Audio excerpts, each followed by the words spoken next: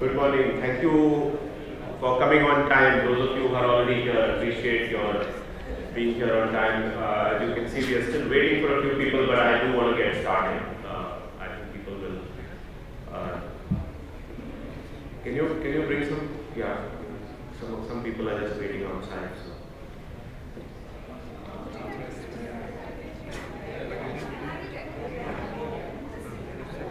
Pawan, have we moved you or what? You don't have a... Smita, can you make sure Pawan has a seat? Oh, yes. Feel free to move back, Pawan, if you prefer to be a backbencher. But people still ask you for money even if you're in the back, so might as well sit in front.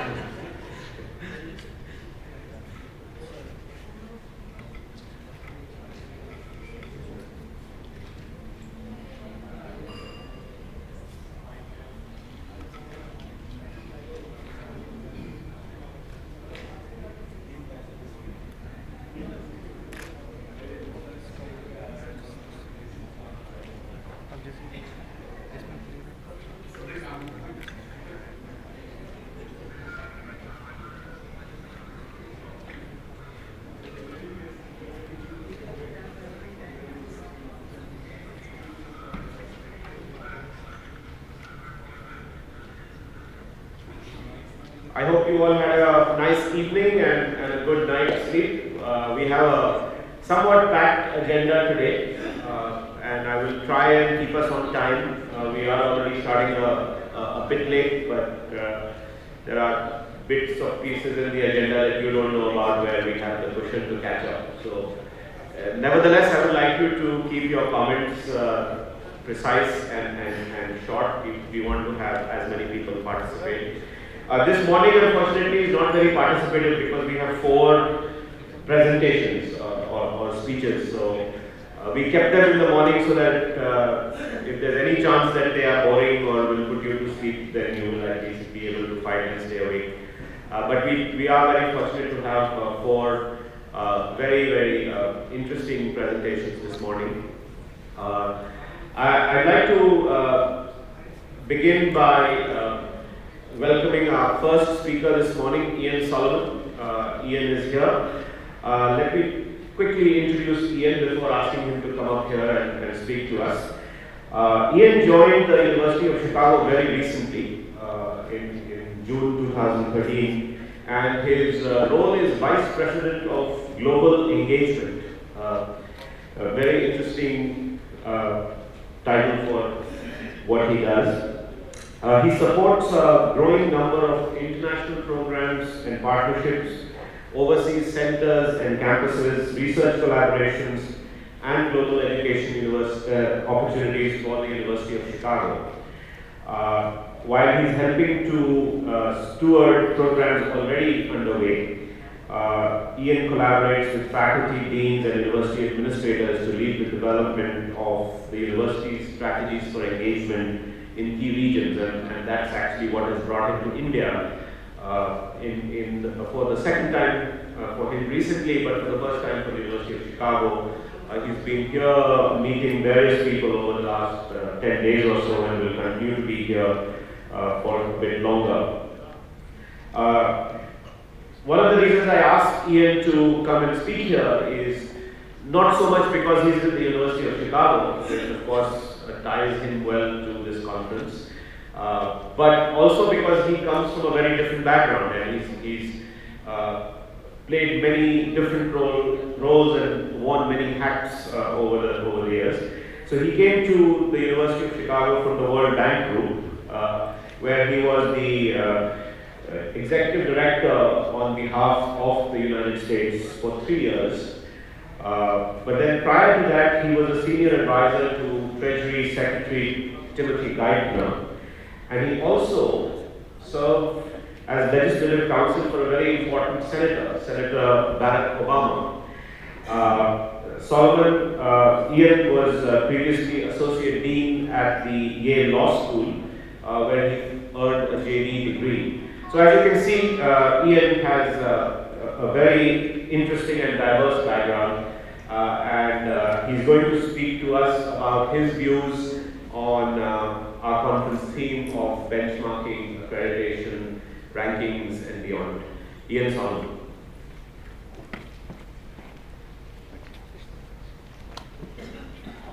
Good morning. Good morning. Great to see you. Thank you so much. Thank you, Pramal, for that very kind and generous introduction. I'm really delighted to be here as I continue my listening tour through India and continue my own education about the challenges and opportunities you face and how that relates to my new role at the University of Chicago. So I'm honored to be here and look forward to contributing at least a few ideas with you today about India's future. And I apologize that I am a new student of India's higher education system. I have much to learn, including for many of you. I see Dhawan Agarwal there, who was part of my education just the other day. And hopefully for the rest of you, I can get more insights. So I look forward to an exchange of ideas at the end of my prepared remarks. The University of Chicago is deepening its ties and collaborations across India. Our partnerships with Indian institutions date back more than 75 years, and we are actively increasing our presence and commitments right here in Delhi. My role, as Pramal said, is to enhance the university's global reach as something that's indispensable to our aspiration. In the words of President Zimmer, the President of Chicago, our aspiration is eminence in research, education, and impact. Now, there's a scene in a well-known American movie from 1977. I'm not sure I have any movie fans here. It's a Woody Allen movie. You may have seen a movie called Annie Hall. And the plot of Annie Hall is not important. I don't want to get into the plot of Annie Hall. But there is a joke that is told in the movie that captures the essence, I think, of an important debate in higher education. You may remember, if you've seen the movie, in the joke, two elderly women are at a hotel in New York, and one of them says about the food at this hotel, "Boy, the food at that place is terrible." And the other one says, "Yeah, I know, and it's such small portions. The food is terrible, and yet they should give you more of it." This illustrates a conundrum in education policy. We're not satisfied with what we've got, and yet we want and need more.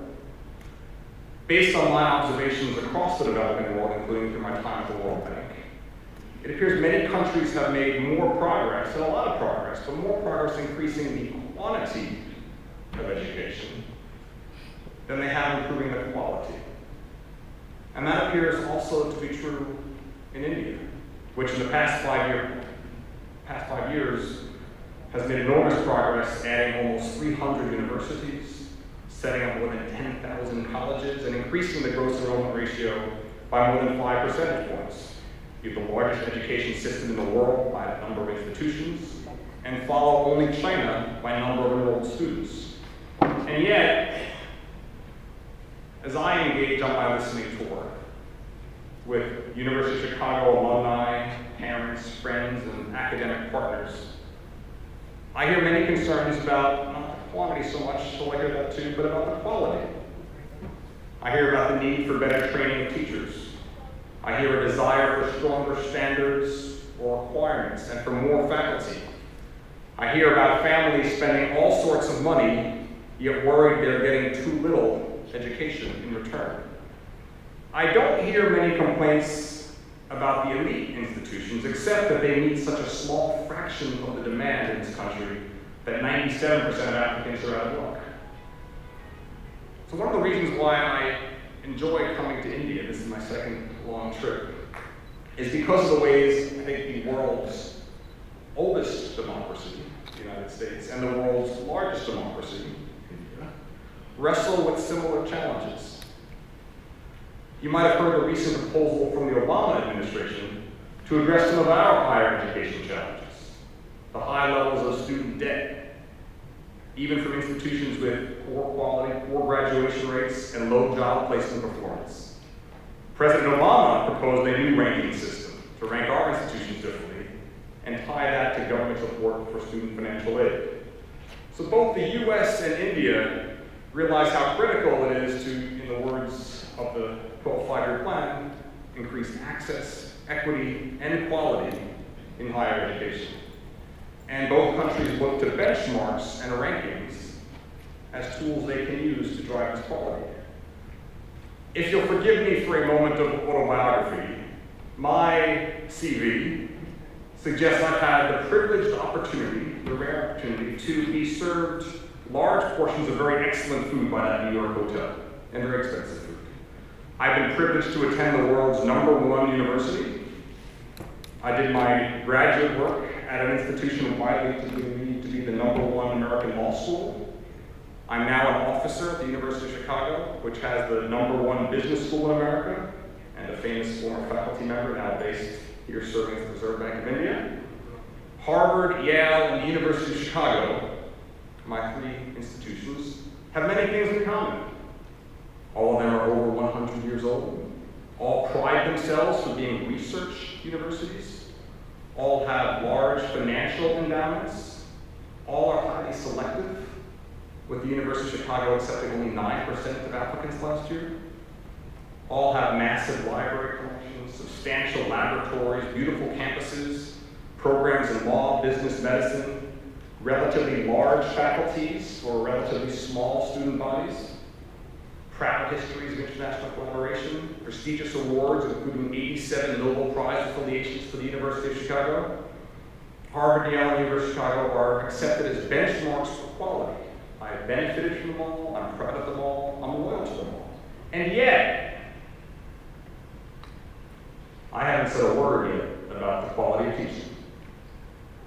Whether it's teaching knowledge and content, or teaching judgment and problem solving. I talked about these benchmarks, but I haven't said anything about their contributions towards the employability of graduates, or the entrepreneurial potential of their graduates. I haven't talked about technology and innovation.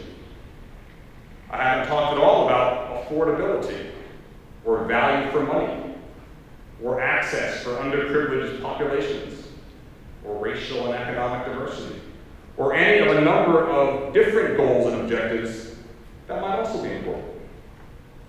Some of the goals that matter greatly in the United States and India are absent from popular ranking methodologies.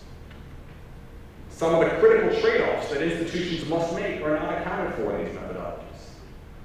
Therefore, as the United States and India look to benchmarks and rankings as a way to help low-performing institutions improve their educational outcomes and quality, I think we have to discuss a few points of friction or tension in this educational quality debate.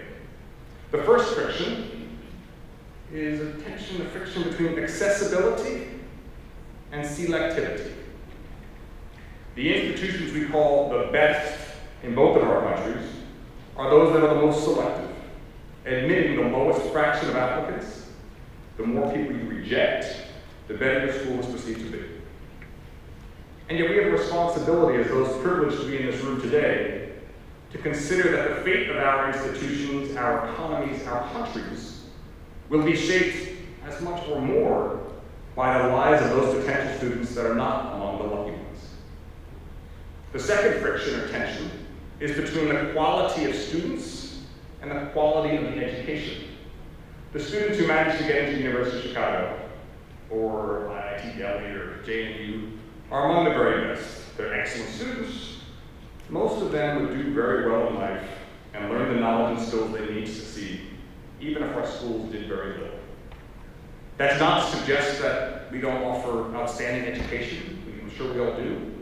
But our reputations for greatness as benchmarks may be based as much or more on the quality of our students than on the actual educational experiences we provide. If that's the case, what are we measuring? I think we might need to learn how to measure quality of teaching and the quality of that educational experience better, and give some credit for that. A third friction is between resources and value. Unsurprisingly, the schools we look to as benchmarks are often the ones with the greatest resources. Harvard, Yale, University of Chicago provide an extraordinary educational experience, in part because of the resources that previous generations of students have made available through philanthropy. They also benefit from government grants to support research and infrastructure for research. Their excellence is defined in part by the resources they can make available. but are they a good value for money? For an individual person like myself who received financial aid through grant support and government loans, the answer is yes. From a broader policy perspective, I think decisions need to be made about the balance of investments between research institutions and other types of institutions, including community colleges, which are a big topic of collaboration between the US and India, where in the US, 44% of students actually receive their college education. So it's good to see India considering some lessons from the US with community colleges while also developing their own models. A fourth friction in this quality debate is between the goals of employability and entrepreneurship. Now, I think an important metric of success for an institution of higher learning is how well their graduates can get and perform jobs. Reports that tell us that only 25% of technical graduates in India are considered employable for the IT sector, and only 23% of a sample of MBA students were considered employable. It's very disheartening. I think our economies expect higher ed institutions to create graduates capable of getting and keeping jobs. And yet we also talk about a knowledge economy. And we want our universities to be producing entrepreneurs and innovators to create new jobs and new opportunities for growth. It's not entirely evident to me that the same skills and capacity for high levels of employability are the same as for high levels of entrepreneurship. This may require rethinking some of our traditional educational models. And that takes me to my fifth friction between the traditional models and new approaches. Academic leaders, educational policymakers, faculty, politicians, parents often demonstrate a bias for the known over the unknown, and a reluctance to try new things. This is understandable because the incentives to sustain the status quo are often greater than the incentives to take some risks and bring about change. What that means, of course, is that our benchmarks are more likely to be among the traditional models. Our standards and accreditation requirements may be based on this bias toward the status quo. That's not to suggest that traditional models are bad. That's not at all my point. My point instead is that new approaches may sometimes be better. And we should consider how to rebalance the incentives around more objective, less biased measures. Otherwise, innovations around distance learning, experiential learning, hybrid online classes, team-based learning may be neglected or disadvantaged. So here's the question then. Do we have useful and objective measures of performance and quality to actually make that assessment and look at these innovations? Well, we do have professional ranking publications, but I want to interrogate these a little bit. When I cited the Harvard #1 ranking earlier, that was based on the Shanghai Jiaotong University academic rating, which incidentally shows Chicago at #9 and Yale at #11. But if I looked at the Times Higher Ed World University Rankings, Harvard would be #4, Chicago #10. If I use the QS World University Rankings, that would show Harvard #3 and Chicago #8. What exactly are these rankings based on? And how do they account for the frictions and tensions I described a minute ago? Well, Shanghai Jiaotong measures the quality of education based on the number of alumni winning Nobel Prizes and Fields Medals. And the quality of faculty they measure based on the number of staff winning such awards. They value research output at 40% of their ranking based on the number of papers published in top science journals. They don't rely on surveys of reputation. But Times Higher Ed, on the other hand, values teaching at 30% based on an institution's reputation for teaching. Times also values the proportion of students, faculty, and publications that are international. They also look at income from industry. The QS World University Ranking weights all those other factors differently and adds a measure of employer reputation. What do employers think of the school? Now, I don't want to debate the differences between the methodology, but I do want to make a few observations and ask a few questions that hopefully we can start a conversation with you. First observation, in all these rankings, certain variables are measured and others are not measured. Ranking methodologies reflect a certain view about what matters in higher education. I think it's necessary to debate whether that view makes sense for all institutions in India, and how it makes sense differently for different institutions. Would additional or alternative variables be more useful? Does the fixed view of what matters encourage the level of innovation that we need? Related to this is the weighting of different variables. Is there an optimal mix for research, education, international students, citation influence across all institutions? From my perspective, how should we think about the issue of global engagement, which is my job? Is it only a matter of the number of international students and faculty? Or should it include the quality of intellectual collaboration, the originality of joint scholarship, the impact of students and faculty in all the countries involved, not just in Chicago, but here in India? How can we measure those more qualitative criteria? The approach that the University of Chicago is taking, global engagement, looks at 8 different dimensions and strategies, starting with a deep understanding of our identity and history and faculty interests. We consider our vision and aspiration of eminence. We get feedback from all aspects of our community and stakeholders. We try to enrich our programs and activities that are based on campus and broaden their reach through partnerships abroad. We're strengthening our capacity to engage globally through the appropriate types of physical presence and centers around abroad, and ensuring that we have an impact and can link together this broad network of activities so that the whole of global engagement is greater than the sum of its parts. It is the university's own unique culture of independence and originality that defines our approach to global engagement.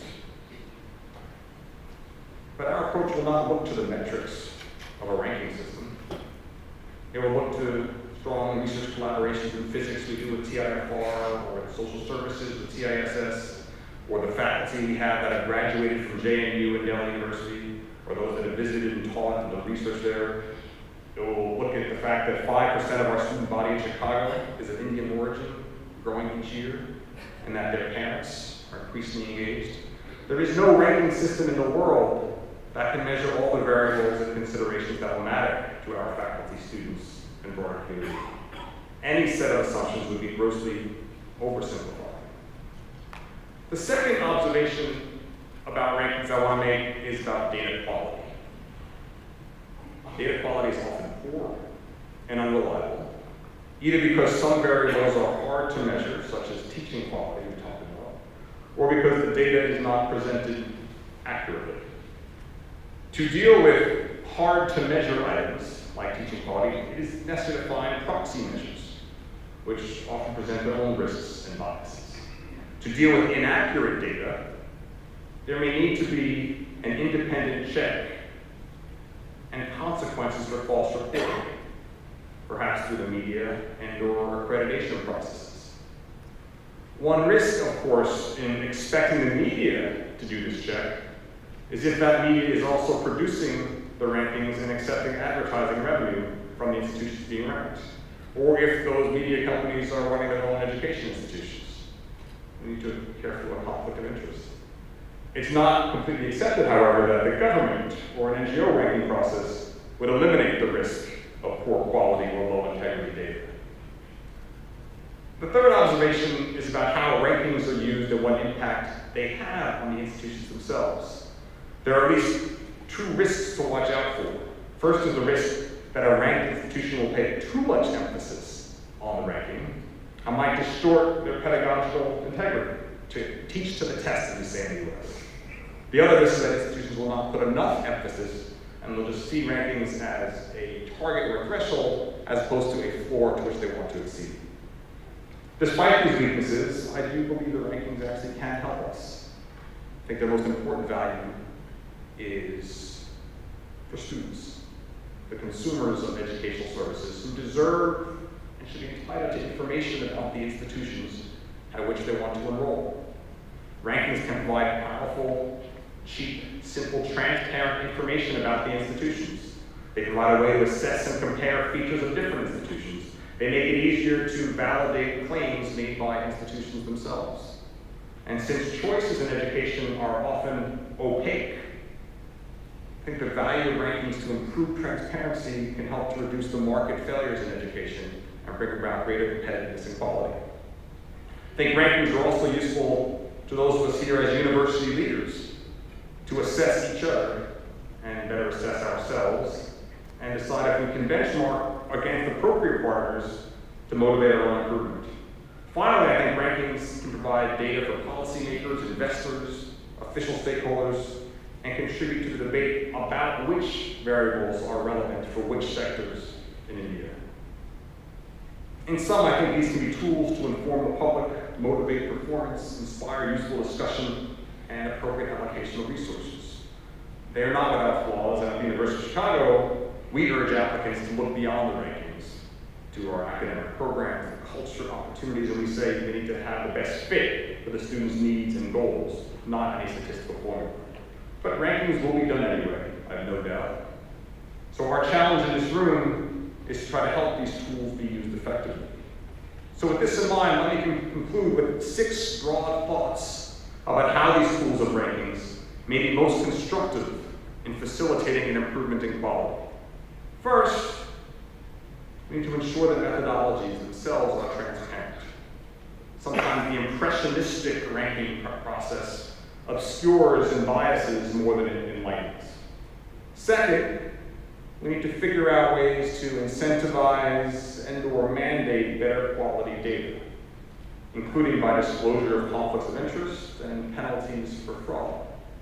Third, we should consider ranking by quintiles or assigning grades rather than creating a zero-sum pitting of one institution against another, which would, I think, recognize the lack of precision of many inputs and reduce incentives to game the system. Fourth, I think we should recognize separate categories of institutions provide different experiences. The way, for example, in the United States for our colleges, the U.S. News and World Report rankings separate national research universities from liberal arts colleges, fundamentally different experiences.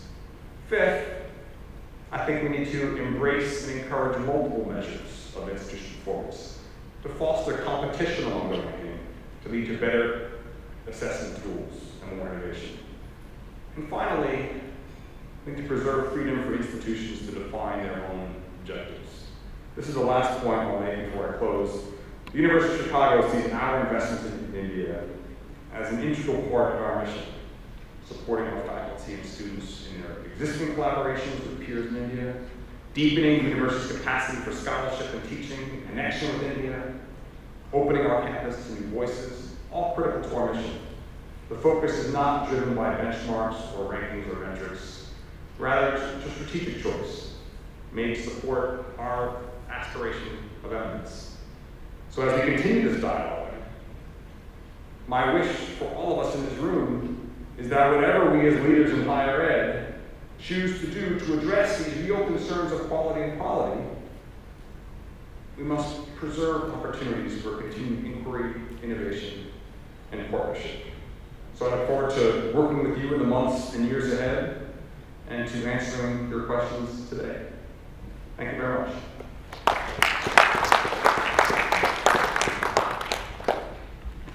Yes, sir.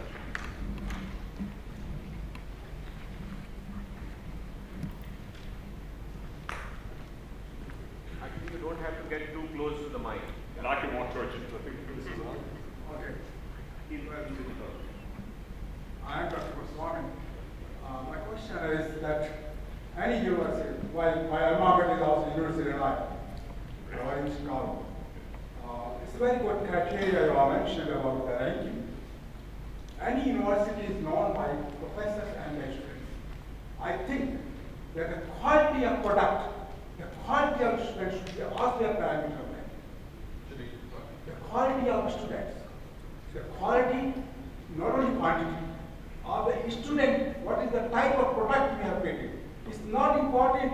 A novelist can be a very good, tremendous knowledge, but he may not be a good teacher. The teacher who is able to impart the knowledge. So whether by good imparting of the knowledge, we have produced a good product or not. So one of the ranking parameters, a very good parameters to mention, should be the quality of the product of the university. That is the student with the alumni. Very important point. And I have not found a good system yet that really looks at this quality of actually the process of teaching something. We don't have very good metrics. We look at their proxies, and I think your institution should think about how we use technology to better assess that, and are there ways you can do a better job actually measuring the process of education.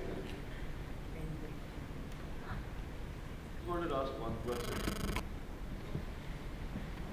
So, quality doesn't come without price. We seem to be caught in this vicious circle that we want to have very high quality of everything with almost no resources. American universities have been very successful in raising resources outside the government funding. Do you think that has, to some extent, added to the concept of creating that quality leadership? From my experience, and certainly in the elite institutions, absolutely. I talked about value for money, but an individual actually pays compared to the resources they get based on previous generations of philanthropy. The student gets a very good deal individually. I think my understanding is that the culture of philanthropy here in India is much less developed. It's much harder to get individuals to actually support institutions in the same way. And I think that relates to what expectations we have of our governments as well. If we think the government should provide all the resources, then private individuals may withhold and or create their own private institutions with a variety of objectives. You know better than I do about how we can increase the resources, because I think you're right, quality does come at a price. But also we need to think about what's the value for money. One of the concerns that I haven't often think about is in an American system, if I'm a poor student and I deserve to be supported, it doesn't matter whether I go to a private sector or public sector, whether I go to public university or a private university, it really does not matter. It's the question of where I get into which system. And once I'm into, I get supported by the government. The problem is that we in India want to increase that access for everyone, but we don't want to support those students who get into the public system, even though they may deserve to be supported. You know, that's the problem that we have, that our system is not designed to support individual students. Like in the US, I can go and apply online on FAFSA and get my financial support done. I go to Boston University or I go to Berkeley or any other place. It doesn't matter. You know, I get into the system. The government puts the funds for me. Now in India, we don't have that kind of a system. The resources go to the institutions, not to the They are individuals. institutionalized. So if it's a Delhi university, you get funds for it. It's the university that gets, not the student. And unless we break that cycle that, funds are for individual students, irrespective of where they will go. That's a very interesting observation. Yeah, may I ask a question? I'll come off and be the moderator here. Yeah, go ahead, you haven't asked question yet. My name is Anuma, and I'm the Pro Vice Chancellor Academics of Alliance University, Bangalore. First of all, I'm delighted to interact with you. Bob Easter, Robert Easter, President of the University of Chicago System. He is a member of our advisory board. And on the discussions that we have had within, based on that, I would like to ask a question. First of all, the reputation of University of Chicago precedes any ranking results. And I'm saying this primarily because I want to compare universities which have long history, then the universities or institutions in India in an emerging economy, where there are newer schools or institutions or universities in the private sector, which are very young, but very dynamic and progressive, right? So when we get into the context of collaborations, now these institutions have the challenges which, no one can imagine, because they don't have a track record to prove. It's just about 10 years, 15 years, or maybe even lesser, right? And that's where the ranking gains popularity, probably, because that's one way to publish, okay, I'm so and so. so and so. So what should these universities do? Especially when they collaborate, when they do that with good universities across the world, great universities across the world. So what should be their approaches, right, to collaborate with institutions of 100 years of history? So I'm not sure I have the answer to your question. It's an important question, and in part because we don't do a great job or have great measures for looking at the actual quality of teaching. We often turn to reputation, and there are certain institutions that are in a head start and an advantage in any rank of reputation based on 100-year history or in some cases 200 or 300-year history. So without that, I think I can think of a couple of different possibilities. You'll know better than me whether these would work in this context. One is, can an institution decide, okay, we're going to actually not try to do everything, but we're going to actually do the best at one special thing. Figure out what that's going to be, and try to get recognized with a specialty. I think that may be easier than getting recognized across the range of things. So it's going to be looking at a particular academic subject or a particular segment of the population. Women, orphans, is there some way to kind of gain some notoriety by becoming the best at something that may be a bit small, which then may be recognized by Professor Jain, I have to cut it because we are running short of time and there's Daphne, but Ian is around, he'll be here during the tea break and you can ask him questions and discuss with him. But thank you very much, Ian, for being here, and here's a small gift from us. Thank you very much. We have a seat for you here. Okay, grab my notes. Yeah.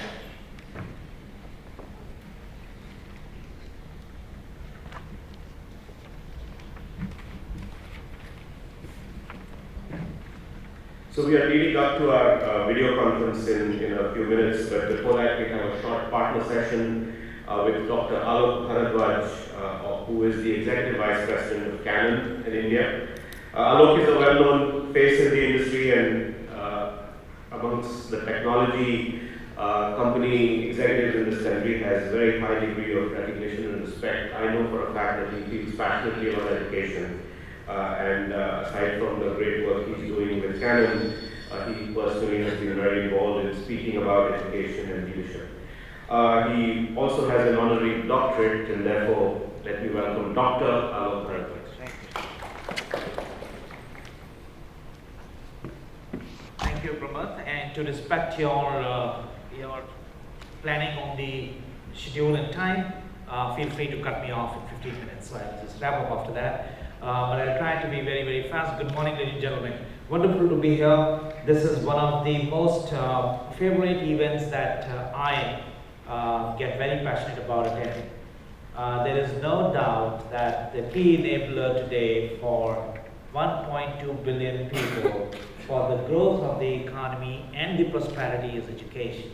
There is no denial of that fact, that therefore the focus of the nation has to continue for decades on to enhancing quality of education for all stakeholders. And if that be the case, then the shapers of that are all here in this room. And therefore, it is always a pleasure to be discussing and deliberating things with you that shape the destiny.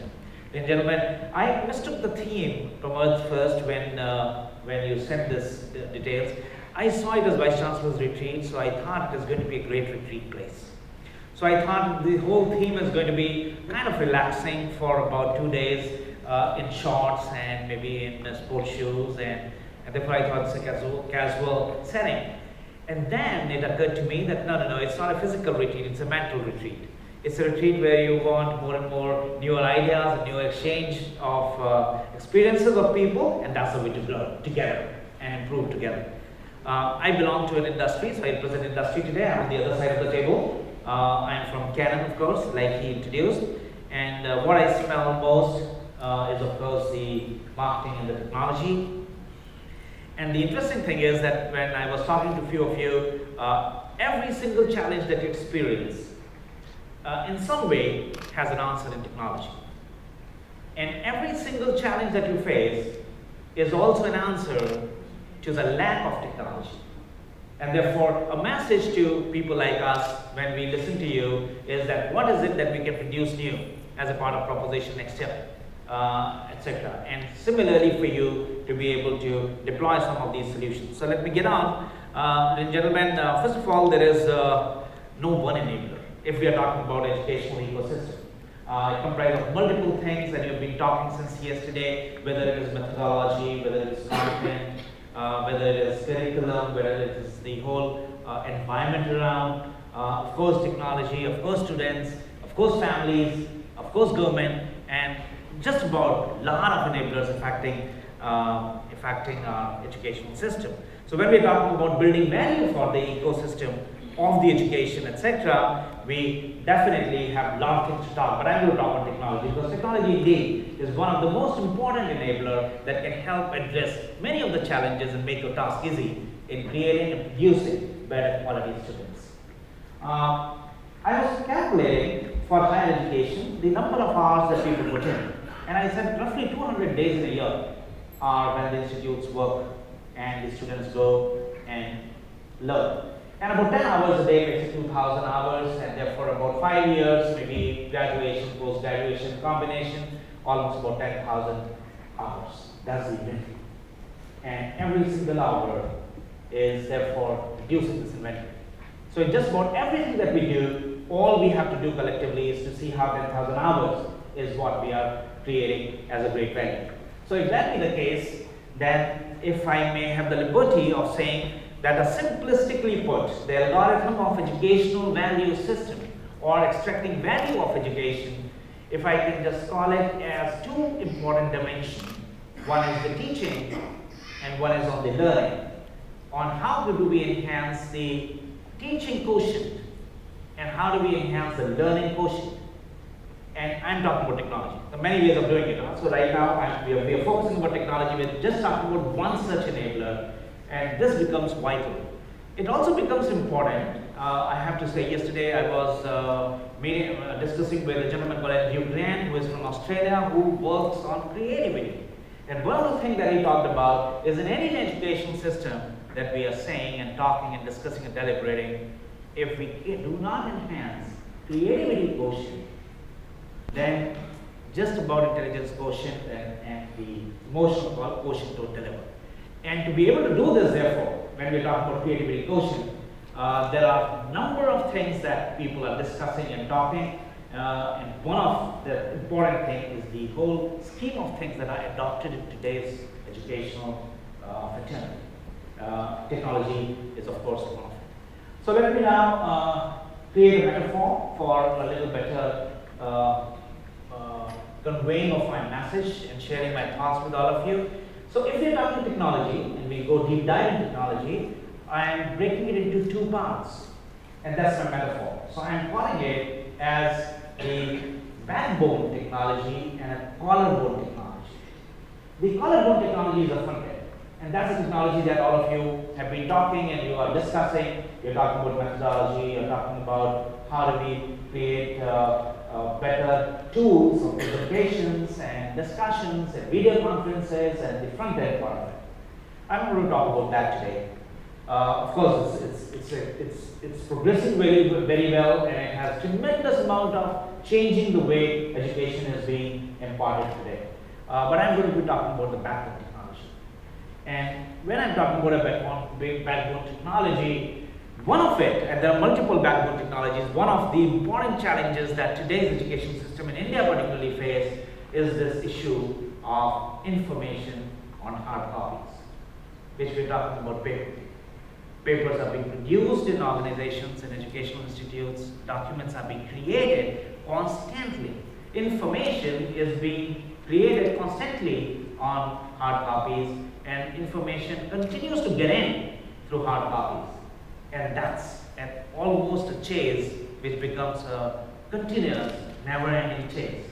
How do we therefore capture that part of information and get it on to the mainstream where there is a higher degree of transparency or even security wherever necessary, and accessibility and a complete control? So that becomes vital. If we look at India particularly, it is today world's largest analog country. actually large amount of information that exists today in the country for individuals, for institutions, for organizations, even for the country, all of it stays in the paper. And because it stays in the paper, that information utilization becomes so much less. And therefore, it becomes increasingly more important. It's not only for education, ladies and gentlemen, it's across spectrum that digitization is one of the least developed and is the least focused area so far. But it is gaining momentum, and almost everywhere we are talking about digitization. We're talking about digitization simply so that the information which is there, which is getting created every day, either entering into the organization or institution every day, or getting out of the organization every day, simple digitization through automation can make a big difference. So if digitization is the key, then the question is that what is it, in what way is it pertaining to educational space? There are some work that have been done worldwide. I tried to study what work has been done in this area of backbone infrastructure pertaining to the documentation. We looked at some of the work done in Indonesia, in Asian countries, and particularly wanted to pick up some of that from the Asian universities, whether Singapore or Indonesia or even Taiwan and even China. And a rapid work is happening in 4 areas in this. One is the archival area, so almost every information that is being generated is being converted into, is being archived digitally. And as it is being archived, it is at that point of time of archival is also getting into the workflow. And therefore, the third area is the retrieval, how people search that information. And that's important because sorting out and searching is vital, otherwise you can archive it and there is no way you can ever retrieve it a few years down the road. And it will be of no use to people. And the fourth thing is, of course, the records. There are tremendous quantum of records that are generated, all the admission data, all the result of the examination data, and all students' profile, not for this year, for several years in the past, all of that data, they stay in many institutes in a hard copy. And that record management therefore becomes very, very important.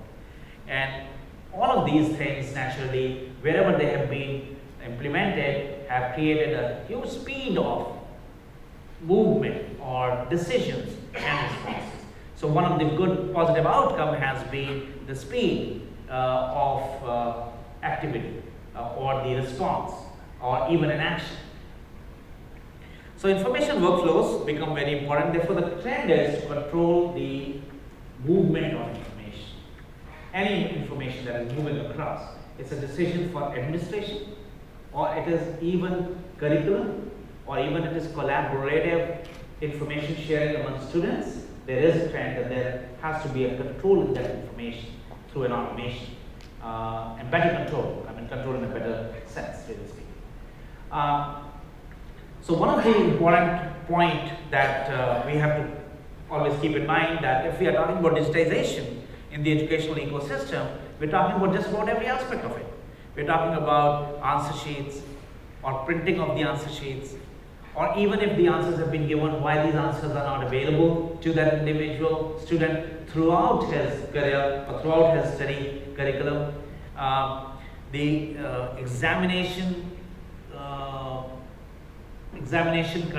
Conducting of the examination, for instance, or even the result of the examination, verification of information, publishing of that information, just about everything, every aspect of it becomes an important architecture when it comes to digitization, and not just one part. And it cannot be started with one. It always starts with whole, and one piece gets implemented first. So usually a blueprint of the complete architecture becomes a starting point. So really speaking, I can conceptualize and I can establish this as an important advantage when it comes to digitization part. Digitization is only one part of document management, but it's a very key part, particularly in the education sector. So the 5 advantages that I can summarize something like this. The first most important thing here is this issue of speed. So naturally, when the information is digitized, there is a higher speed with which it is moving through or flowing through the institute. The second important thing is the storage. So how do you store all this information? And naturally, the digital storage is ultimately long-term not only cheaper, but is also sustainable for a longer time, and it remains protected, so to say. And the third area is the search. Searching, that means the retrieval, is one of the most key important part in digitization. Like I mentioned earlier, storing and archiving the information is of course the starting point for most of us, but we miss out sometimes how we are going to search that information. And therefore, at the starting point, the indexing and the field generation and all of that planning becomes an important element in this architecture. And the fourth important part is security. In fact, security is gaining ground everywhere. The more technology is developing, the more insecure we are all becoming. And in educational segment, so to say, in your space, security becomes very, very important. And digitization ensures not only it remains secure, but if it gets insecure, there is an audit trail. You know exactly from where, what part of information was stolen, and therefore it can be tracked. And the last part is, of course, statutory compliance. And many cases, of course, in other industries a lot more, but including educational vertical, statutory compliance becomes very, very important. So these are the 5 S advantage when we are talking about digitization of information in an educational setup. The speed, the storage, the search, the security, as well as the statutory. Just a mention of the complete document management. I mentioned about that in digitization, you cannot begin with one thing. So we are saying we want to digitize admission process. Or do we say we want to digitize the administration process? Or do we digitize the content process? Or do we digitize the whole system of record keeping? So what are the elements that we digitize? We say we do not start with one. We start with the whole, put an architecture together, and thereafter we begin the task. Even bigger than the whole is the entire document management system, which means not only digitization, which I am talking today, maybe on the next occasion when we are talking, I will talk to you about the other element of document management, about how documents are being created in your organization.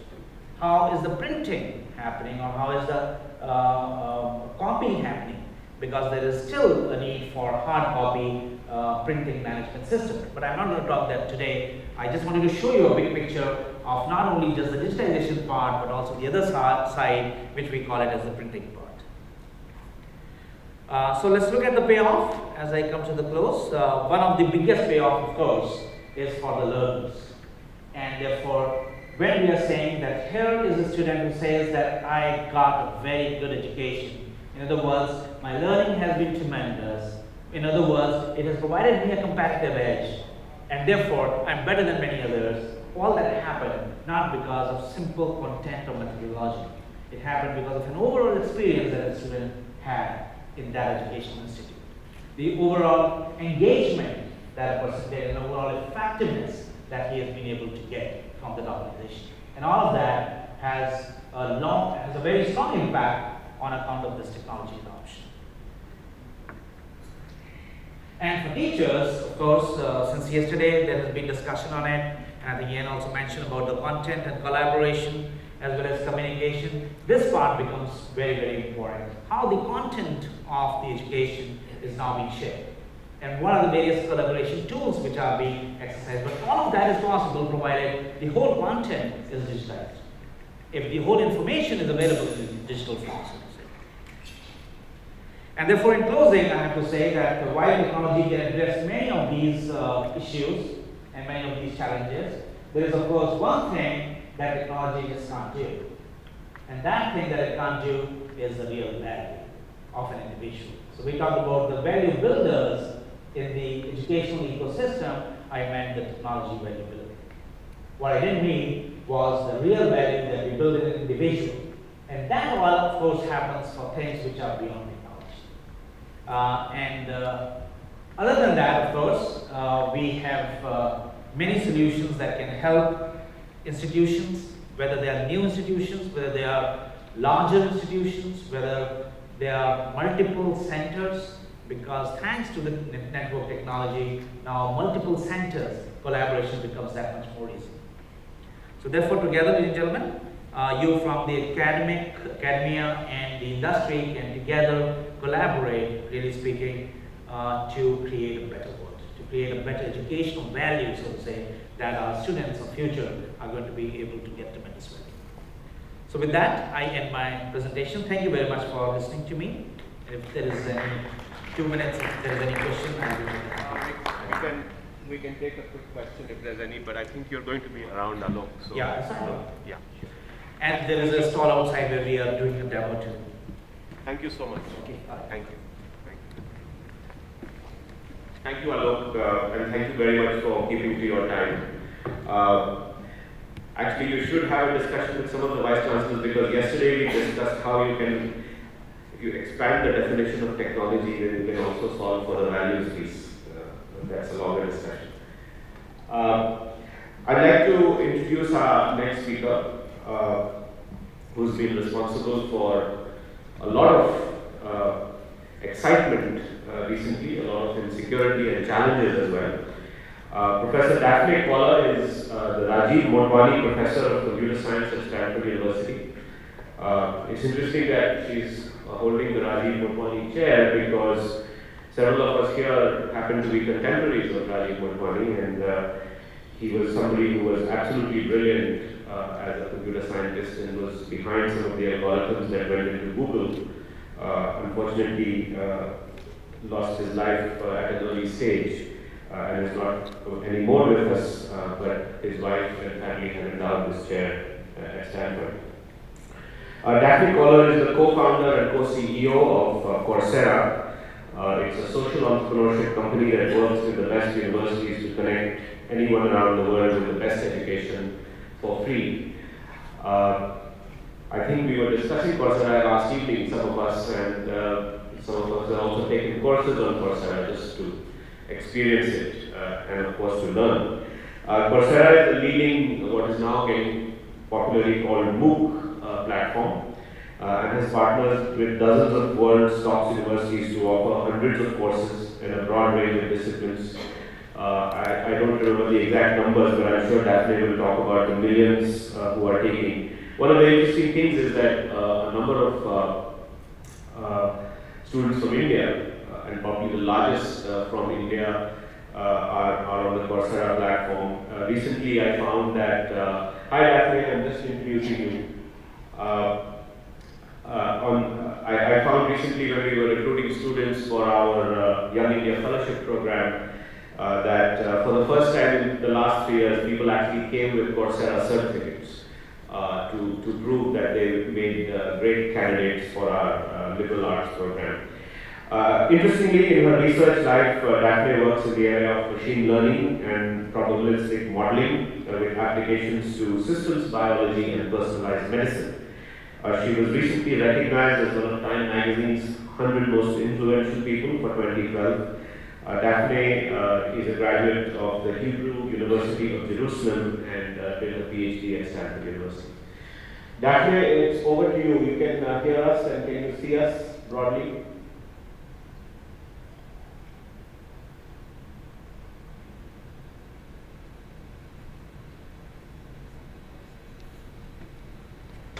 Daphne, can you hear us? Okay, we can't hear you yet. Hold on. There's a big buzz. Okay, now we can hear you okay. Can you hear us okay? Yeah, but there's a terrible buzzing. Is that disturbing? Worse, much worse. Okay, is that? Terrible buzzing. Okay, should we dial her back? Is there a buzz of some sort?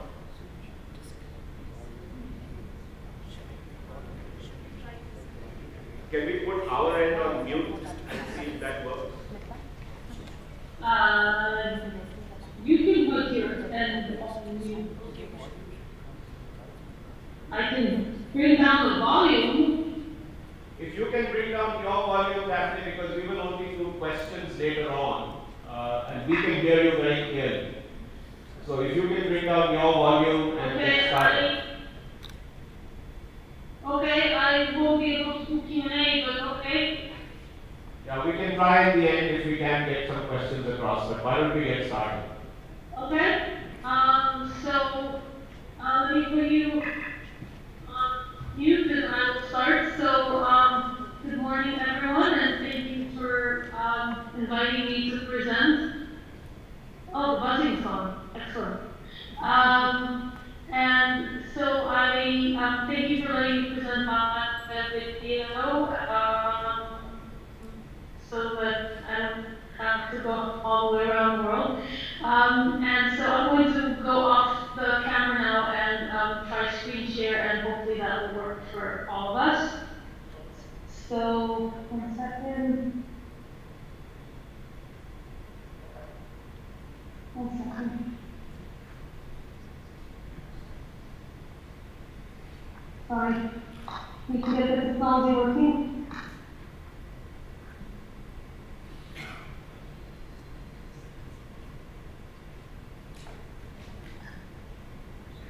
Hold on. We can get the technology working. Great. Sorry, technical problems.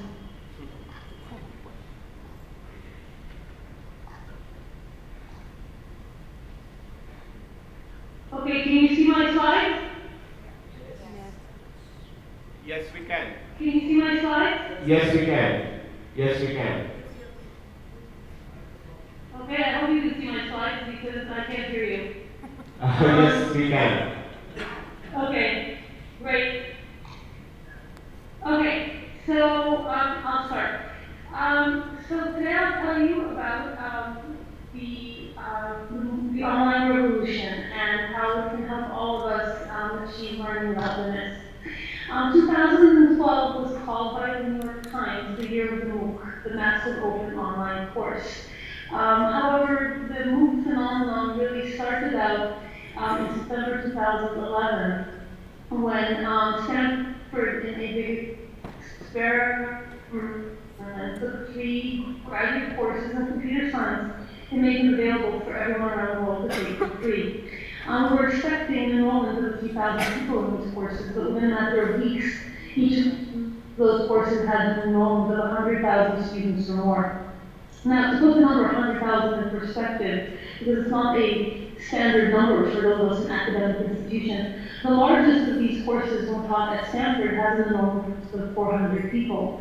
So in order for us to reach that same size audience that took the course as MOOC, we would have to teach the course at Stanford for 250 years. And furthermore, by doing so, we reach 250 generations of highly privileged Stanford students, as opposed to the students from every EDU, every country, and every walk of life that were able to take the course when it was offered for free.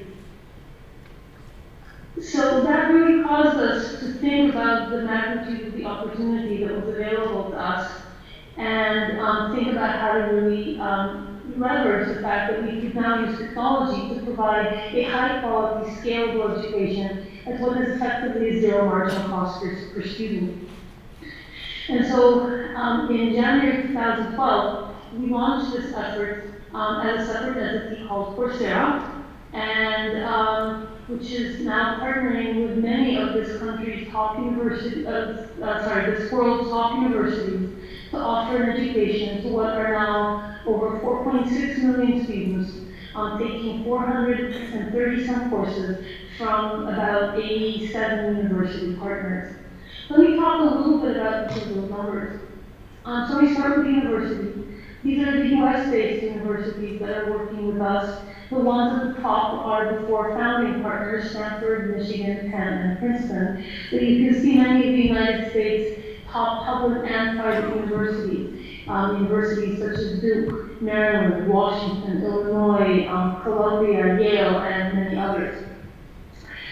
These are the ones in the United States, but we also have, at this point, very many international partners. Some of the world's top universities from Europe, Asia, Australia, and Latin America. You can see that we have the number one or number two or both universities in 14 different countries, and are currently able to offer an education, some courses that are taught natively in 7 different languages: English, French, Spanish, Chinese, Italian, German, and most recently Arabic. In addition, in the last few months in May, we had a new type of partnership with some of the United States' largest state public university systems and flagship institutions, whose role is a bit different from those of our traditional partners who offer courses for everyone to take for free. These institutions are primarily focused on providing higher access, higher quality, and higher completion rate to the students in their own states. And they're leveraging the technology in order to do that. That was the universities. Let me talk a little bit about the courses. We started out with courses in computer science, but that's not where we are today. We have courses in every discipline. We have courses in philosophy, in medicine, in environment, in business and entrepreneurship, in all types of science and humanities, social sciences, economics, business, and many others.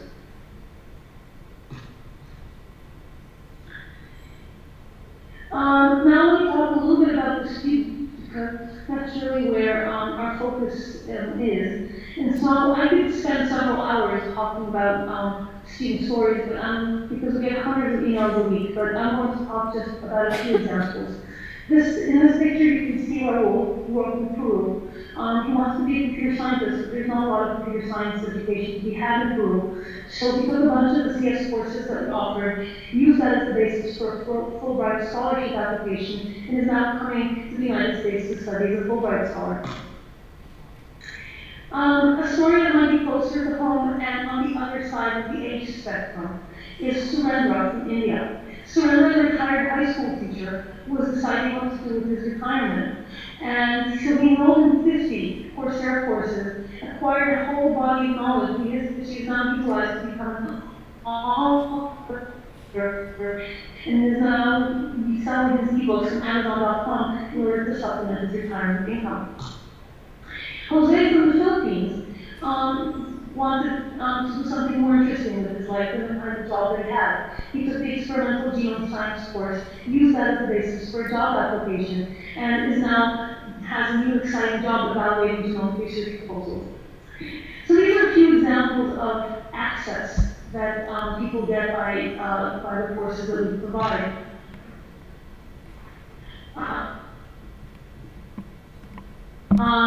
But now let me tell you about a different kind of access that I think is equally important.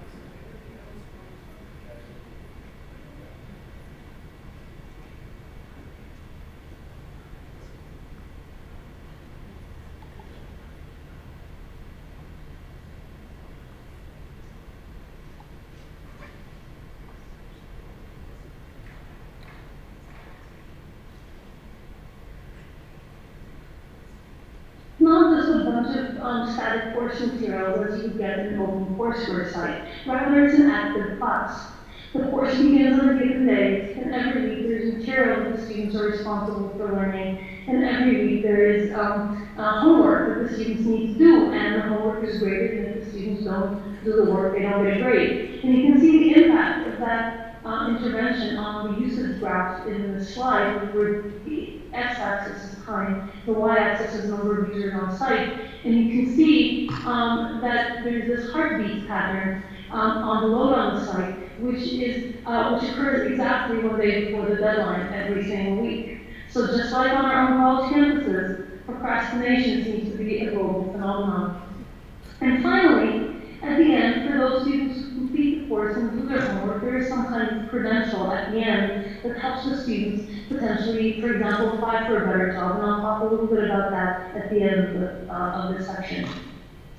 So now we talk a little bit about each of the components of the student experience here. So the first is the actual video lectures. So let me show a demo of what one course looks like. This is the model thinking class from the University of Michigan.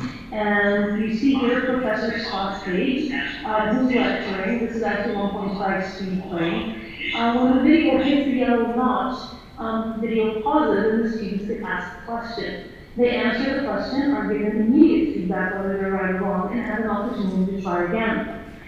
Now, this is the kind of question that as instructors we might ask in class of our students, but when you're teaching a class to an auditorium of 100 people, and you ask such a question, typically 80% of the students are still scribbling the last thing you said, and then there's maybe a couple of students, usually always the same ones, that always jump in and answer the question pretty much before anyone else has even had a chance to realize that the question has been asked. Here, every single student has a chance to engage with the material. Now, you saw one example of the kind of interaction the students have when a lecturer is talking over a bunch of PowerPoint slides and writing on the slides. But that's not the only kind of format that instructors have played around with. And in fact, by breaking away from the constraints of in-class teaching, instructors can get really creative with how they teach their courses. So for example, on the left here is a screenshot from the University of Illinois Sustainability class, in which the instructor shot a good fraction of his footage in the field in order to demonstrate sustainability issues in a more lively way. In the right here, you see a different format, which was used in the Princeton sociology class, where the instructor, in addition to his weekly lecture materials, also had a weekly discussion group with some students selected from his class around the world. And because sociology is such a contextual field where different cultures have such different perspectives, the professor, Mr. Mir, says that he learned more from teaching his class once to a global audience than he learned from teaching it for 12 years at Princeton to a much more homogeneous group. The in-video quizzes are also used in a whole variety of ways. So you saw one example just to answer a basic comprehension question, but here's an example from the Duke class on philosophy and irrational behavior, and you see here that that the instructor is using this as a way of doing a little poll inside the class, so as to give students a sense for what other students are thinking. Now, this is an example of, so we talked about the lecture material, but equally or maybe even more important is the use of the weekly homeworks. Now, the weekly homeworks have to be significant, meaningful work. These are not little baby questions inside the lecture. So the question is, when you want to grade the work of 100,000 students, how do you do that if you don't have 5,000 teaching assistants? So we come up with two methods for grading at scale that we've employed in these large open courses. The first is having a computer grade the work. And unfortunately, computers now can grade a whole range of work automatically, including multiple choice, short answer questions, computer programs and computer models, and math expressions. Now, it turns out that you can also, however, do some really interesting things beyond that. So let me show a couple of examples. This is from the Georgia Tech Introductory Physics class from Dr. Michael Schatz. Dr. Schatz wanted the students to do a lab course, but of course the public MOOC students don't have access to a lab necessarily where they live. So we had them do a lab class using materials that are available to them in their own setting, whether it's balls or tables or whatever. And in order to automatically grade the lab experiments that the students did, he developed a whole software package that analyzed video footage that the students could take on their cell phone. For example, this girl shooting a hoop, and shooting bombs in a hoop. And then because the software was able to compute the velocity and trajectory of these objects, and compare to the students' measurements, the work could be automatically graded. So this is a really good example of how the platform can be used in really creative ways. Another example is from the Rice Introductory Programming in Python class, where students are taught to program by developing computer games. And here the students are actually programming in the browser and giving immediate feedback on the quality of the programming that they're doing. We also have enabled instructors to perform integration with third-party software that allows them to significantly expand the scope of the assessment that they can do. So here you can see on the left, for example, in the organic chemistry class, an integration with the Pearson organic chemistry platform, and on the right, from the Berkeley School of Music, an integration with an automated lyric activity. Now, one important aspect of automatic grading is that students get instant feedback as to whether their answers are right or wrong. And it turns out that that provides us with the capability for one of the most important pedagogical values that the system provides. Specifically, when students get immediate feedback, it turns this whole thing into a computer game. So students say, well, I didn't do so well on this homework, I'm going to try it again and see if I can do better this time.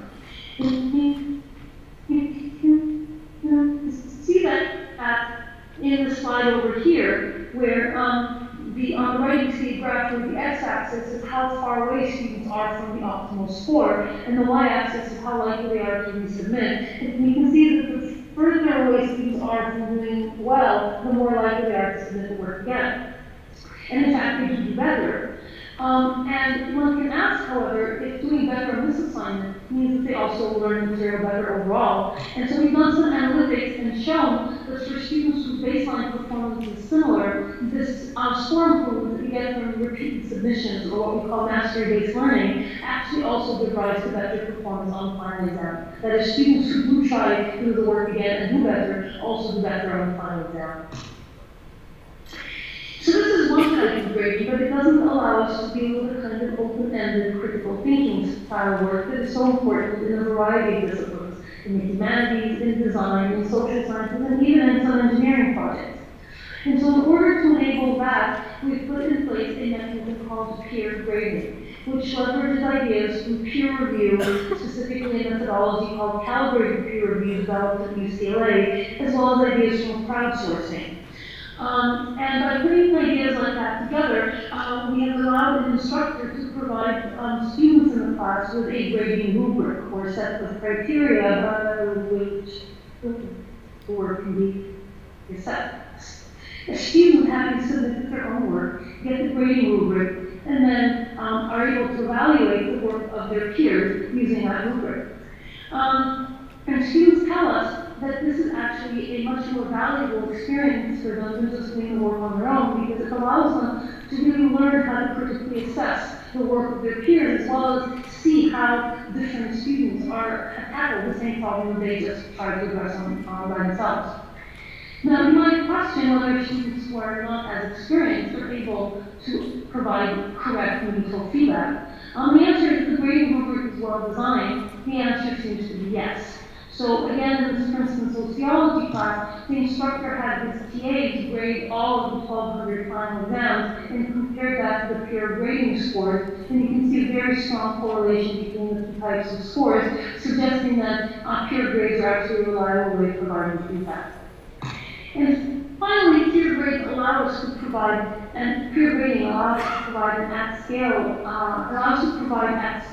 the kind of course experience that you wouldn't think can be done in really large courses. Here, for example, is the Penn Wharton Business School design class, where it was an 8-week-long project class where each week the students submitted successively more and more advanced versions of their project and got feedback from 5 of their peers. And you can see that during the course of the class, students ended up constructing some pretty amazing artifacts in this at-scale education.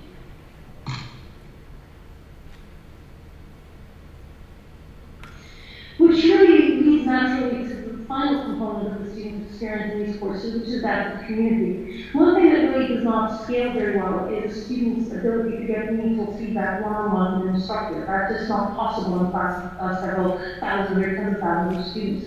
And so what we've done is we've replaced the hub and spoke model, where a single instructor interacts with all of their students, with a peer-to-peer model, where students ask questions in a discussion forum, and other students answer the questions posed by those students, giving rise, in fact, to a very rich student interaction, where students really provide meaningful feedback, often much better in terms of the length and response time than what an instructor would do.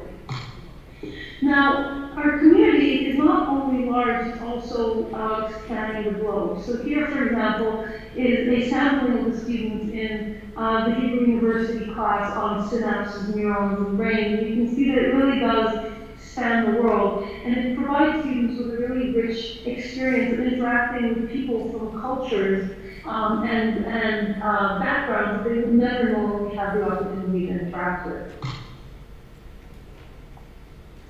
Now, in addition to the physical interaction, we also see a natural organic emergence of physical interaction. And so students have come together in over 2,600 cities around the world, where they come together once a week to look at to study together, do their homework, and get help from each other. In the middle, for example, is a study group in Hyderabad, India. And this really helps the students deal with the challenges of the material and help them stay engaged and retained.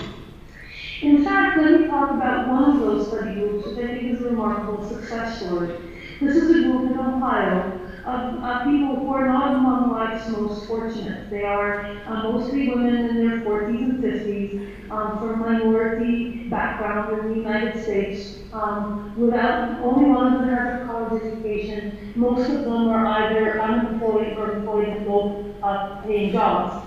They came together in a little group facilitated by this woman you can see on the top left. Her name is Sharon Watkins.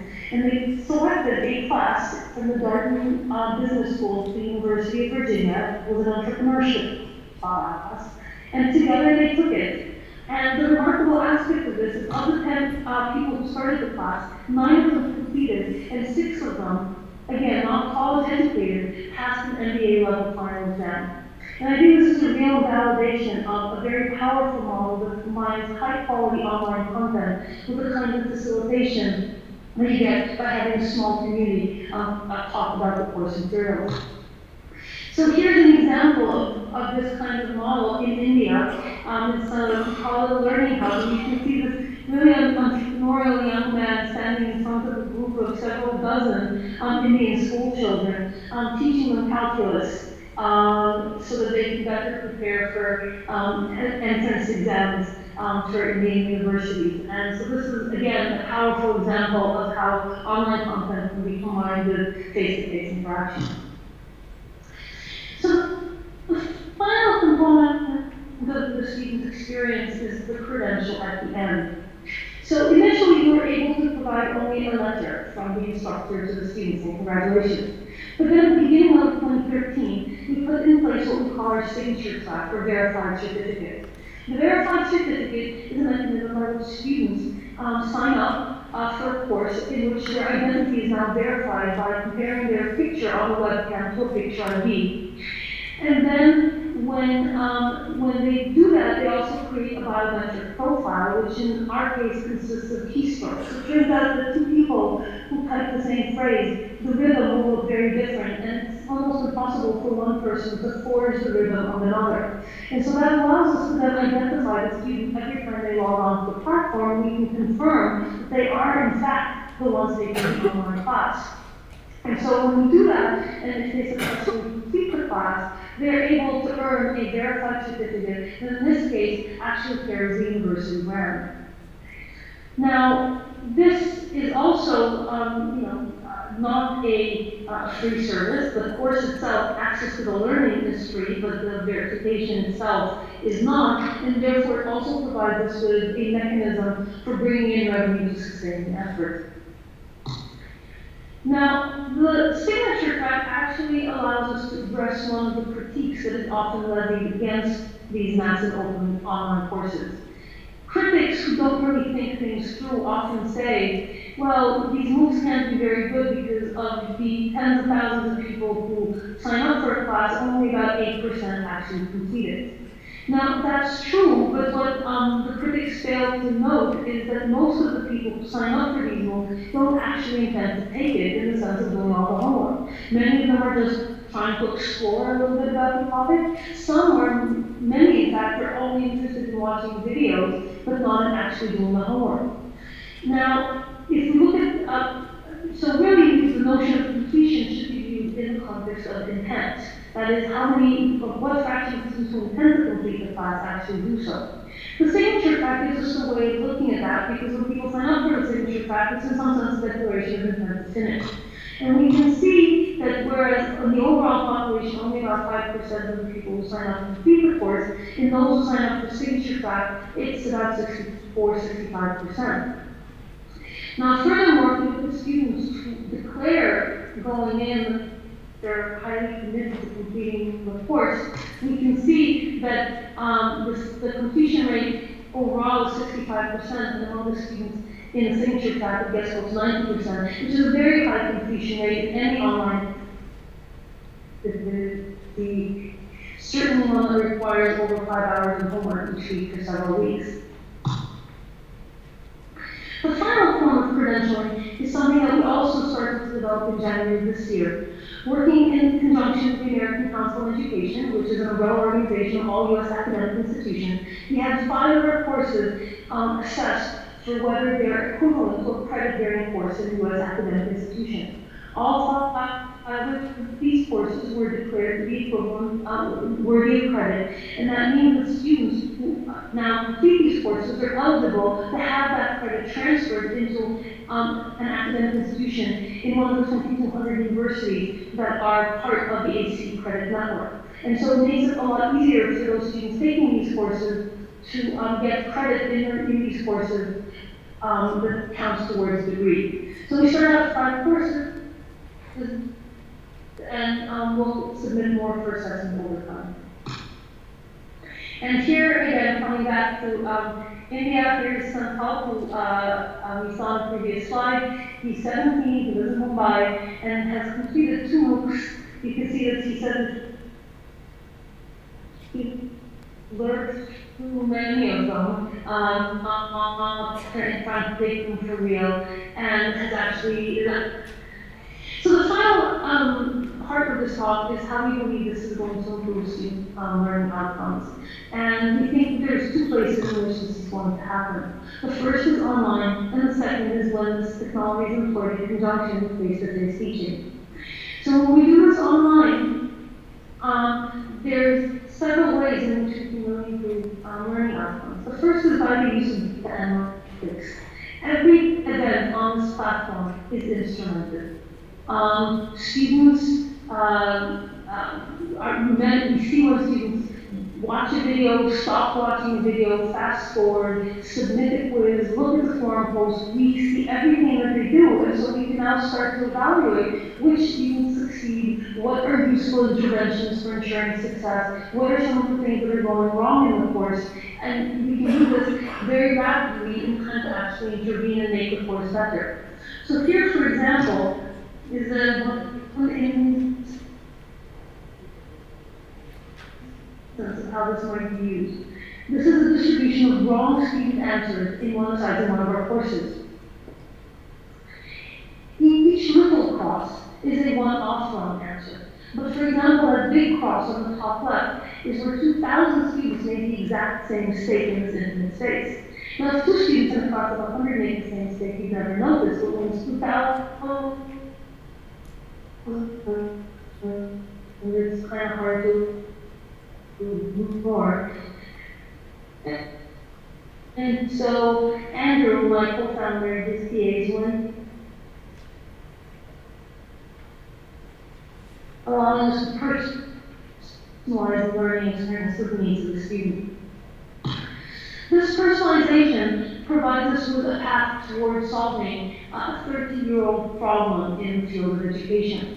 Almost 50 years ago, renowned educational researcher Benjamin Bloom wrote a paper called the Two Sigma Problem. In this paper, Bloom studied the distribution of achievement scores of three populations. Students taught in a traditional lecture hall, students taught in a lecture format in the mastery learning approach in which they could not move on to the second topic without demonstrating competence in the first. And finally, students taught by an individual being tutored. And you can see that each of these two interventions gives rise to a full standard deviation or sigma improvement in performance, which of course would be an amazing thing for us to provide for our students. But that gives rise to the title of Bloom's paper, which is the Two Sigma Problem, the search for methods of group instruction that are as effective as one-to-one tutoring. Because as Bloom correctly points out, as a society, we cannot afford to have a tutor for every student. But maybe we can afford to provide every student with a tablet. India has gone a remarkable step towards that by building the Akash tablet that you can provide to every student for $20. So if we can do that, can we now use technology to move us from the blue curve to the red curve and ultimately to the green curve? The nice thing is that the red curve, mastery learning, is well within reach. We've already seen how technology can allow students to watch videos at their own pace, watch and rewatch, submit questions, answers to questions multiple times until they really achieve mastery. The level of personalization that you need for individual tutoring is not yet within reach of the computer system, but we've already seen some beginnings of it, for example, on the previous slide. And so I think it's a really exciting opportunity for us as researchers to see how close we can get to the main curve. The second place where we can get improved student learning outcomes is in our own classrooms. This is one of my favorite quotes by 19th century educator Edwin Saltzman, who said that college is a place where professors' lecture notes go straight to the students' lecture notes without passing through the brains of either. Now, this is not the most flattering view of college education, but when we think of a college classroom that looks like this, it might not be an entirely unwarranted perspective.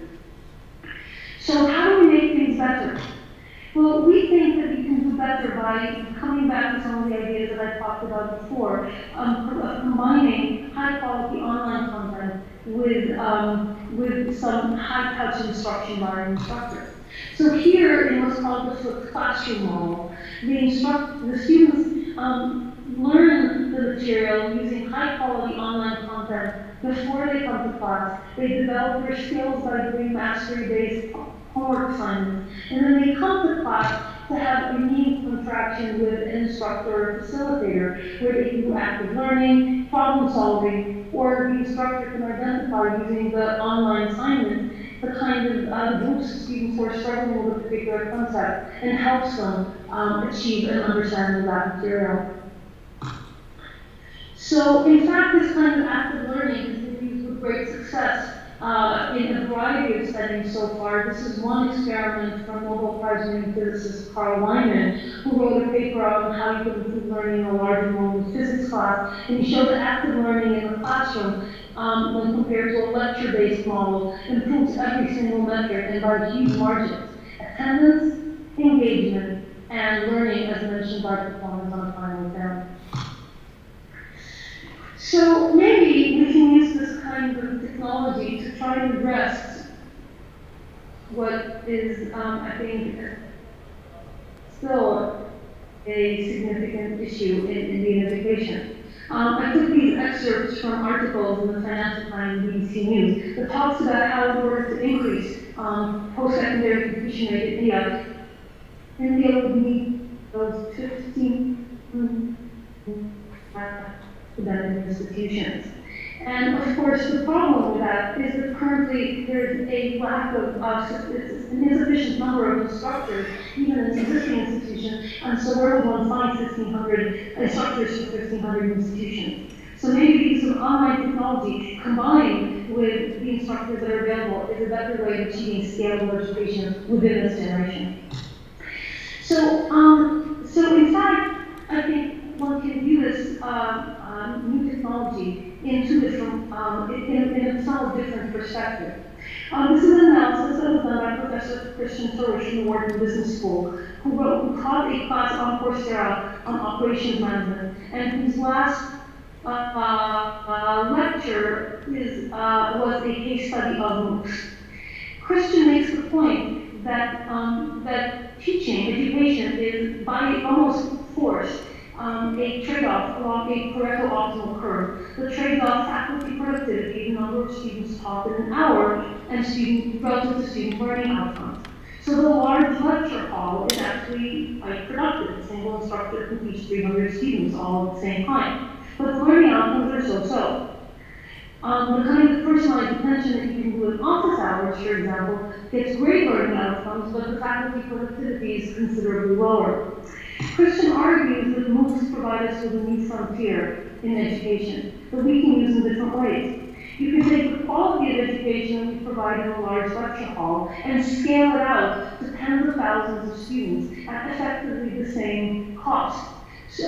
So that the marginal cost per student is considerably lower. And so this is a way of providing a much lower cost scalable education to a large number of people. Conversely, we can keep faculty productivity the same, but move their teaching towards one that is a much higher touch, higher engagement model with their students. And in this case, what we're actually doing is improving learning outcomes. So these are two ways of using the technology to improve one dimension or another. And of course, depending on what we're trying to achieve, we can consider different forms along the spectrum. So let me summarize this talk, and these are my last two slides, by talking about how this kind of education can really change the way in which we provide learning to people. And I'm going to do this in the context of considering the breakdown of the student population that we have on the platform. Currently, as it happens, when we did the last analysis, the majority of our students on the platform were actually already educated. That is, they had at least a bachelor's degree, many of them had an even advanced degree. Now, partly this is because as long as most of the courses are not credit-bearing, the opportunity cost for a student to take a non-credit-bearing class if they're degree seeking is too high, and so many of them don't. But equally so, I think this phenomenon is because in today's changing world, for those people who finished college 10, 15, 20 years ago, they constantly need to reskill and retool themselves and come on and basically keep themselves refreshed with new education. And right now, there are not very many opportunities for working adults to obtain an educational experience of high quality. And so we believe that this approach that makes education on anything available to anyone, anytime, can really help enable lifelong learning. The second way of breaking down the population is geographical. Only a third of our students are actually in the United States. 40% of our students are in the developing world, and our second largest country is actually India in terms of the number of enrolled students. And so this is a way for us to take education that has until now been available only to a very small number, to a privileged few, and make it available to everyone, thereby turning education into a basic human right. Thank you very much.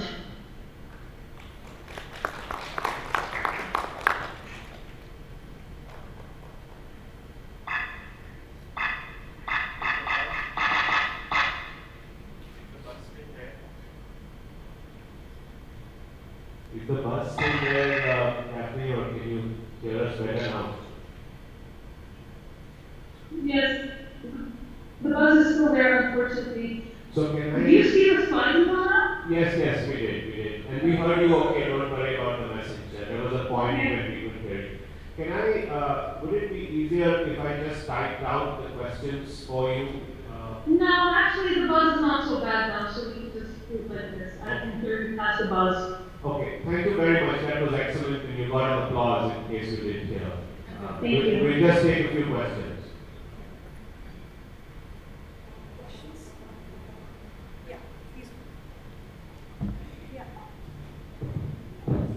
I am Professor Ravi from Yarra. Don't speak too closely to the mic. Yeah, go ahead. For courses in sciences and engineering where laboratory programs have to be conducted, how do you ensure it's okay?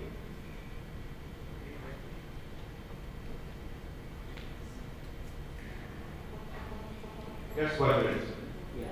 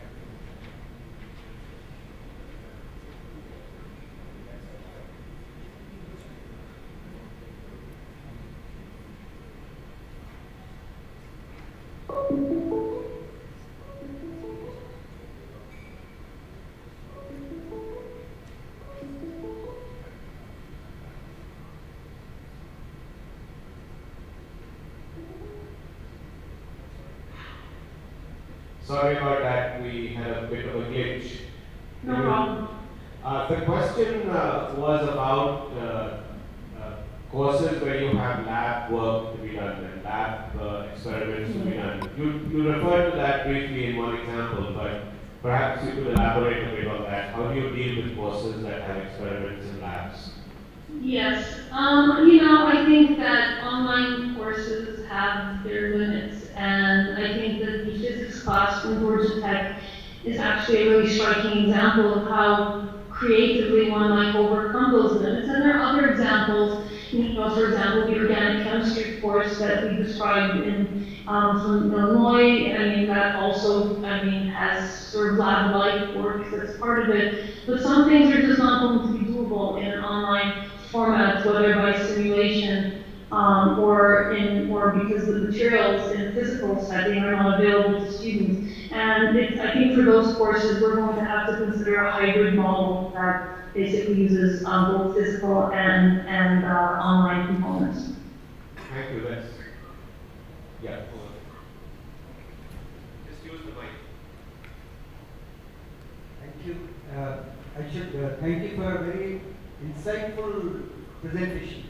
But at the same time, you know, we're just discussing the MOOC courses. It's actually, the question is actually on the future of MOOC courses. It does have a disruptive influence on our traditional method of education. But the question is, will it ever I'm be sorry, I can't actually hear a word on this microphone. It's not coming through. Okay, I'll repeat the question for you in a minute. Thank Let him finish. You wanted to ask a question. Will the MOOC course actually be a replacement to actual classroom teaching in future? That is part one of the question. Second is whether there will be some sort of accreditation, because verification, student performance, examinations, these are issues which will come up when it comes to accreditation by any of the agencies. Thank you. I think the question was, do you expect accreditation to be coming for MOOC courses, and when do you think that will happen? So currently, our main approach towards accreditation is obtained by working with existing academic institutions. So basically, institutions that are taking the courses and saying, we will offer them to our own registered students in either a fully online or a hybrid format that also incorporates face-to-face components. And then they provide their own credits for the courses that are being given. And that really provides the students with a kind of support network that they can get as opposed to just having them take it all on their own. And I think that makes the course more accessible to students who might not necessarily have the motivation and study skills to succeed entirely on their own. So I think these these kinds of facilitated study models are probably likely to be more successful. And that's a path towards credit. Now, we also have, as I said, this discussion with the American Council for Education, and we also hear that some universities that are offering MOOCs are thinking about providing credit for students who complete the classes or MOOC. But that's, it's early days to say how common that's likely to be. So is anybody yet providing credit for MOOCs courses in their university? Yes, so several universities have basically said that they will accept credits from courses, and I think this is the year where we're likely to see this happening, because if you think about this, the last academic year, 2012-2013, was the first year where MOOCs were really offered, because the MOOC movement only launched toward the end of the previous academic year. So this is the year where we're going to have students showing up at academic institutions saying, I've completed 5 MOOCs, can I get credit for those? In fact, just today I heard that Caltech now, on its entry, on its application form, has a question of, have you completed any MOOCs and which ones? One last I don't know if question. there's a good credit for it, but at least for asking a question. Can you just speak in the mic?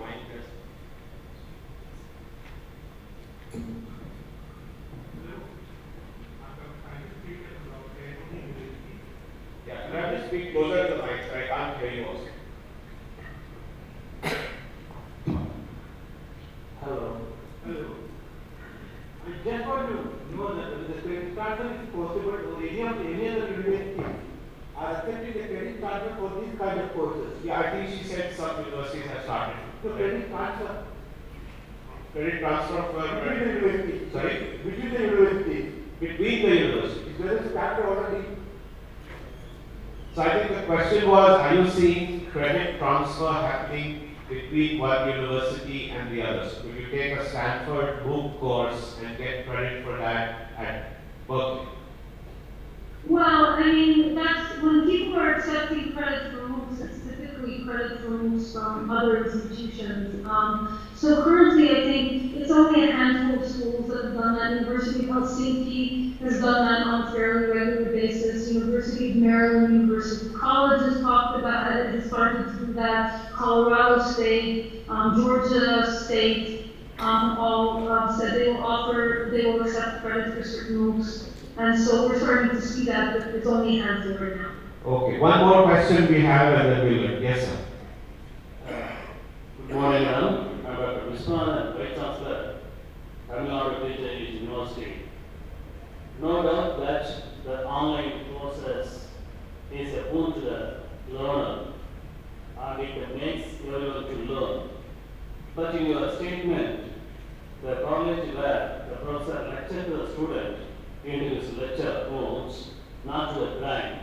But it's not true, because a lecturer is giving lecture to face-to-face interaction, is not only teaching the content, but also love and affection and human values and once and all. So I am confident this point only. Thank you, madam. I think the question is more a comment that way that in a lecture classroom there's love and affection and human values that are being transmitted by the lecturer to the students, and how do you account for that in a MOOC classroom? You know, what can I say? I don't know what kind of lecture hall you're thinking about, but when there's 300 people in an auditorium, I don't see a lot of affection going on.